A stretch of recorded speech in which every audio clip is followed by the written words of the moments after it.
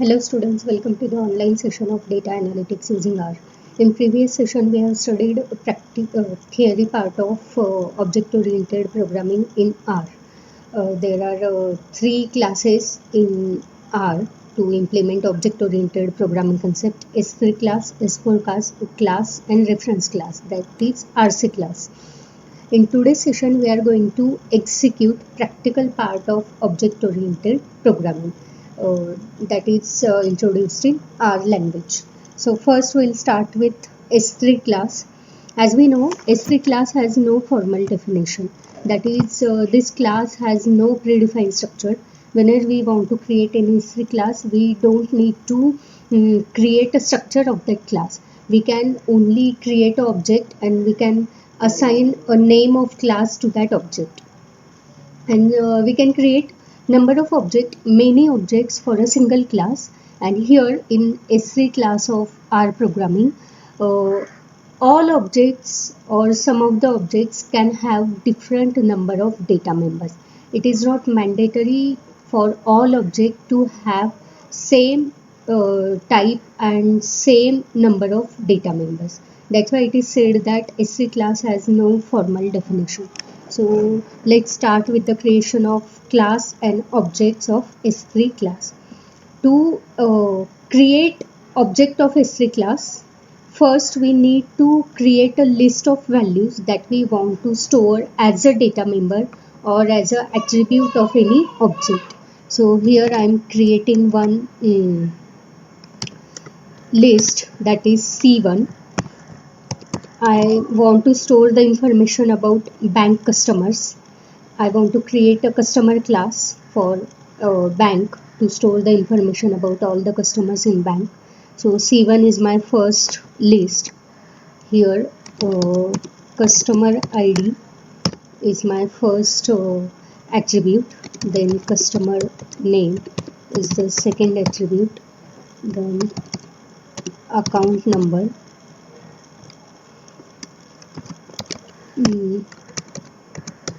It is of character type, okay, A01. This is the account number, and balance of account. So my list is created. See, we can verify this. So this is a list for customer C1. Now let's assign class to this C1, okay, by using class of C1 function, by using class function. So my class name is customer.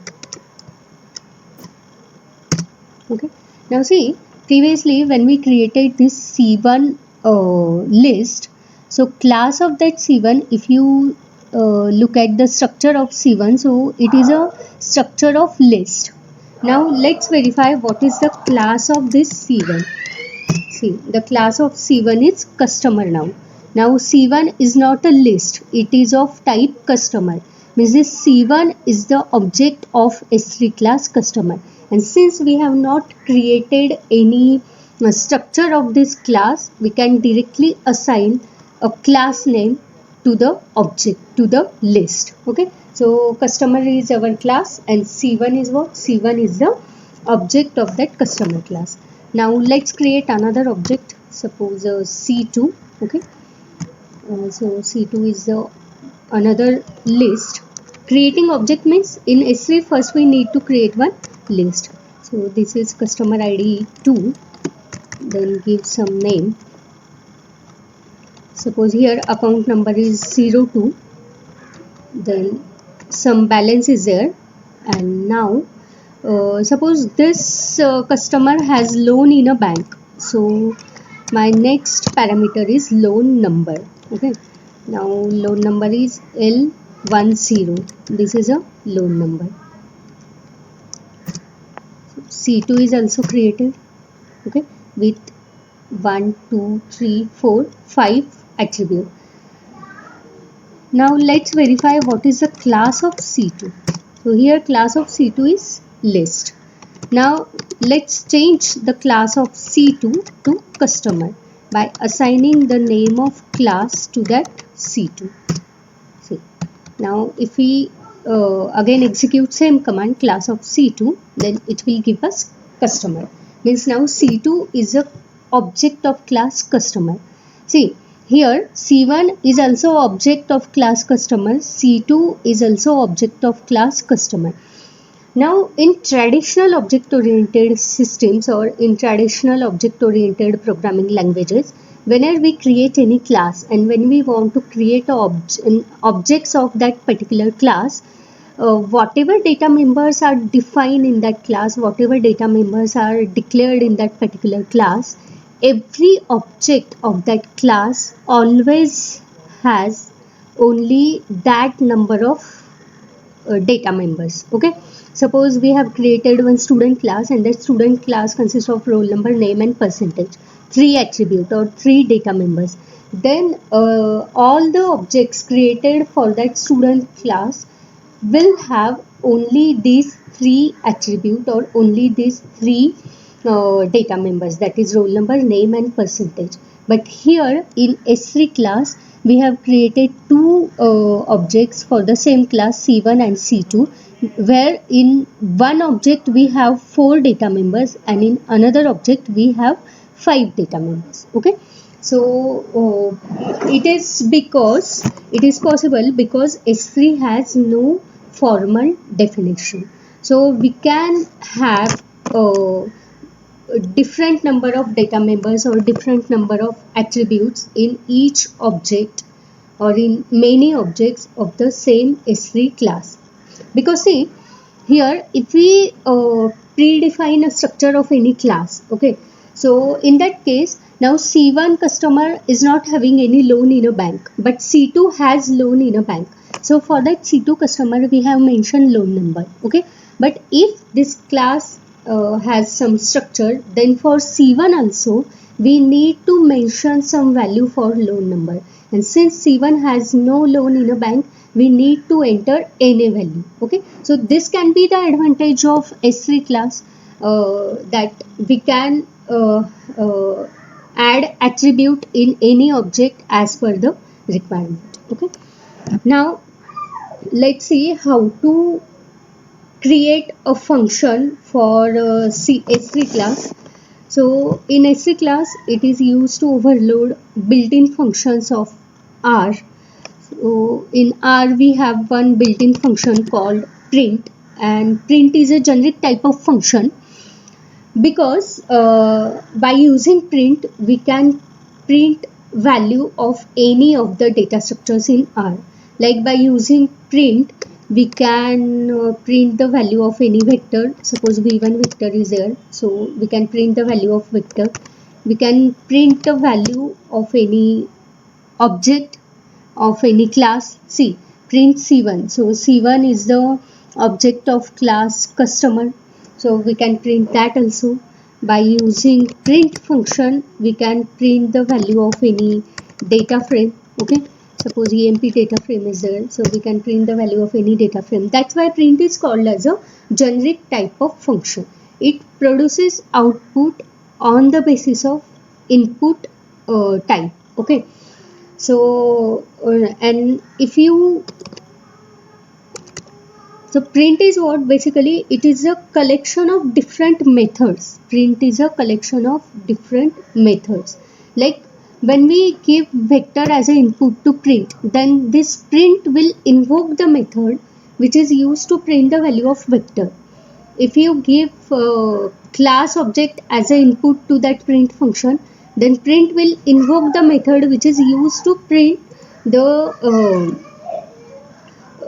object of any class. Okay, if you want to list out the methods supported by print function, then we can use command methods of print. See, these are all the methods that are supported by print function, and on the basis of input data structure or the type of input data structure that we want to print, print function invokes one of the methods from the given list. See, here print.data.frame method is given, which is used to print the value of any data frame. Okay, so likewise different methods are given here that are used to print the values of different data structures or different objects or different tables. Now we'll see how to create our own print method. Suppose if we want to overwrite a print method of this for this S3 class, then we can create our own print method. So syntax is, first we need to write the name of method that we want to overload. So I want to overload print method, print dot customer. I want to overload this method for customer class equals to function. See, we are overriding method means simply we are creating a function to display output or to perform task as per our requirement for the current class. So I am creating that function, and in this function I am displaying data like this. So customer ID x of first ID. We are displaying customer ID.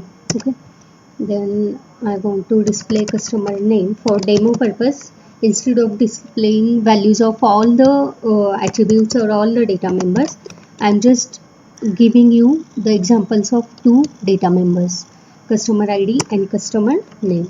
So our print method is ready for the customer now. Now when we pass any object of customer class to this print method, then instead of printing list type of data, it will print data in given format, customer ID and customer name. So this is how built-in functions can be overloaded in S3 class. Now we'll see how to implement inheritance. So we have one class called customer, which is used to customer class, which is used to store information about customers in any bank. Now let's create another class that is also used to store information about customers in any other branch. Okay, so I am creating another list. Suppose C3, it is a list, customer ID is equal to suppose 03, customer name equal to any name can be given, balance, give some balance. Okay, so this is my object C3 or list. Now I am assigning a class to this object. So C of, now suppose this customer has account in Mumbai branch of any bank. So here first Mumbai. So this is the name of my class, and I want to inherit this class from customer class. Okay, so class is now it is inherited. Let's verify this. If we see class of C3, then it will give us the name of two classes, Cust Mumbai and customer. Okay, means C3 has class Cust Mumbai and it is inherited from customer. Okay, so this is how inheritance can be implemented in S3 class. Now here this Cust Mumbai class can use all the functions written for customer class. Okay, see, this new class will not use data members of old class. Instead it will only use functions written for this old class. Like see, if I want to print data for C3, then it will print data in the print format which is written, which is defined for customer class. See, we have not defined any function for our new class. We have defined function for the customer class. But since this Cust Mumbai class is defined from customer class, we can use this print function to display data for the object of our newly created class. So this is how inheritance is implemented. Now let's create S4 class and its object. So S4 class has a predefined structure, it has a formal definition. So before creating object of S4 class, we need to create a structure of class. And in R S4, to create a class structure, we have command set class. So I'm creating new class called B1, and this new class has slots,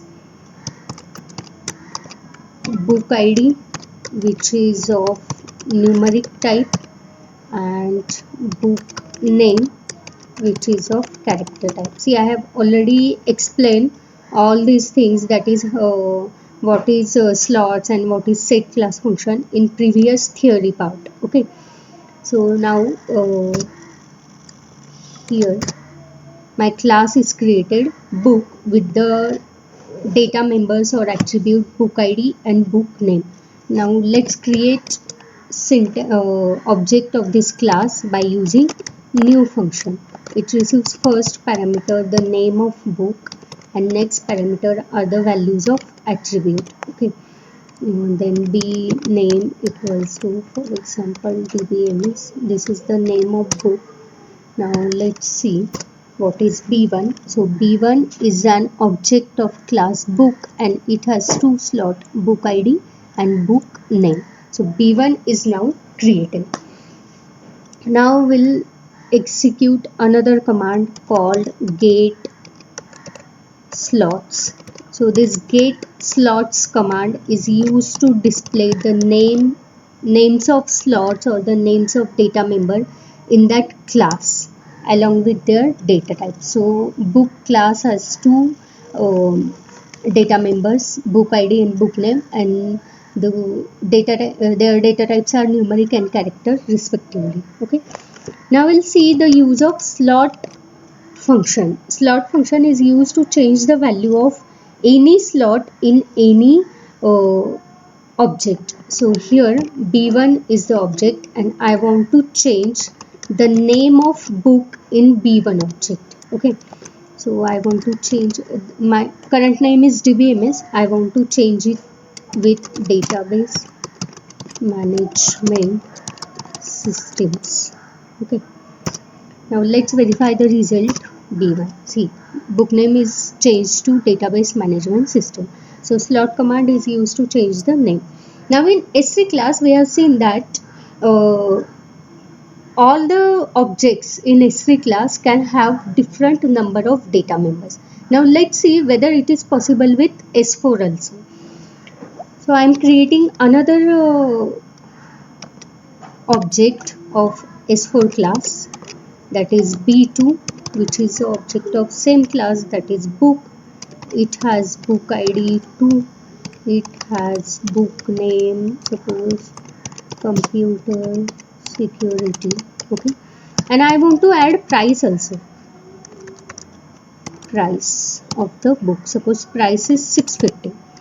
Now see, here we are creating a B2 object of book class, okay, with three parameters, with three data members, book ID, B name and price.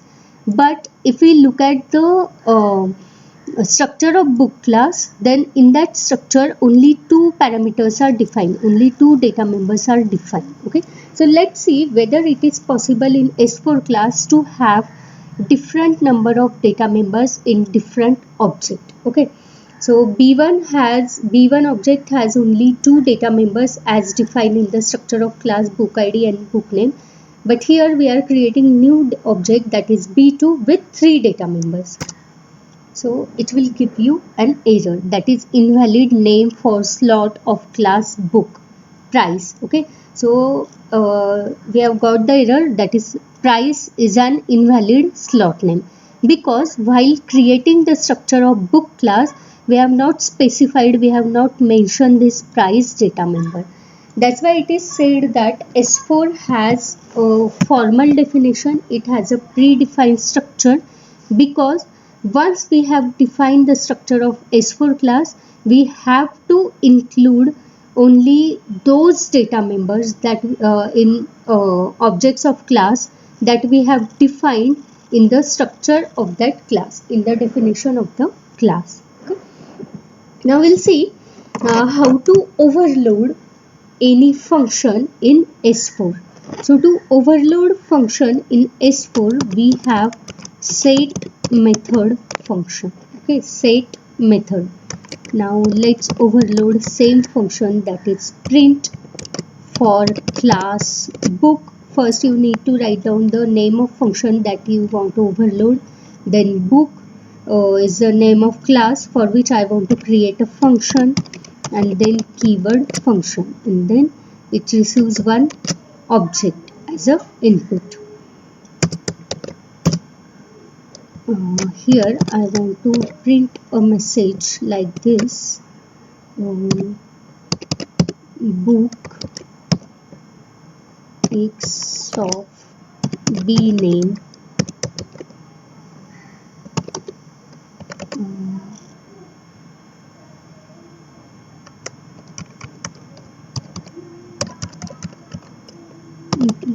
x of b id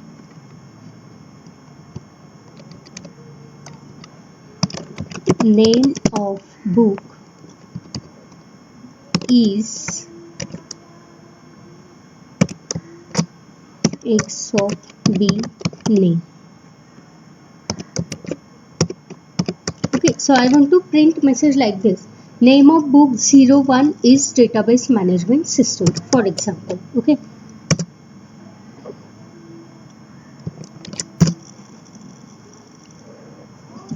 Now print b1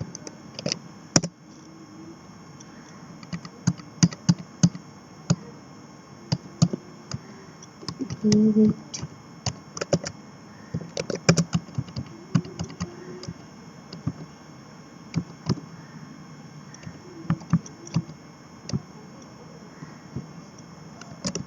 At the rate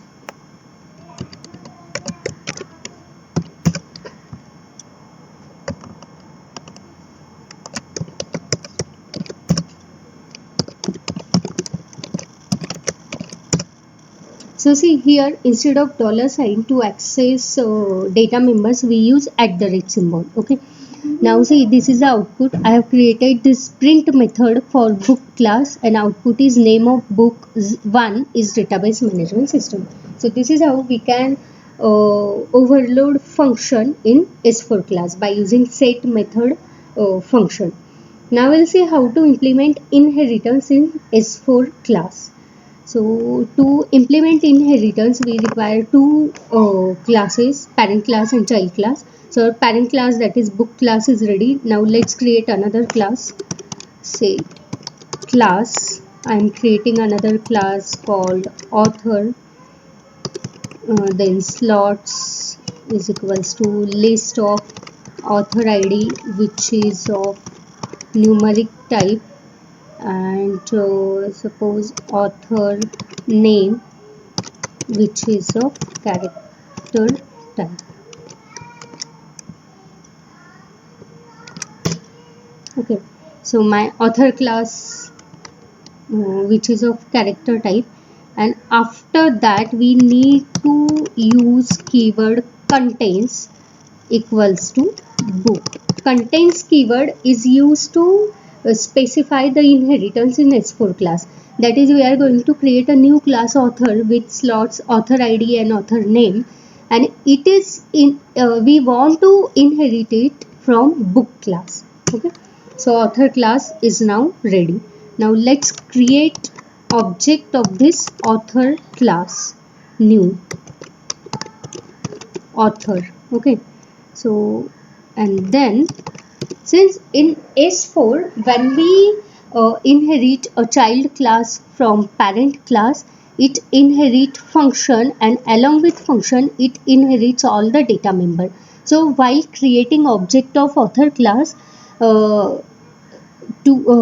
object of author class, we need to specify the values of data members that are present in book class also. Okay, so here book ID equals to 01, then book name equals to database management systems. Okay, then author ID equals to 01, for example, and author name equals to Henry Ford. Okay.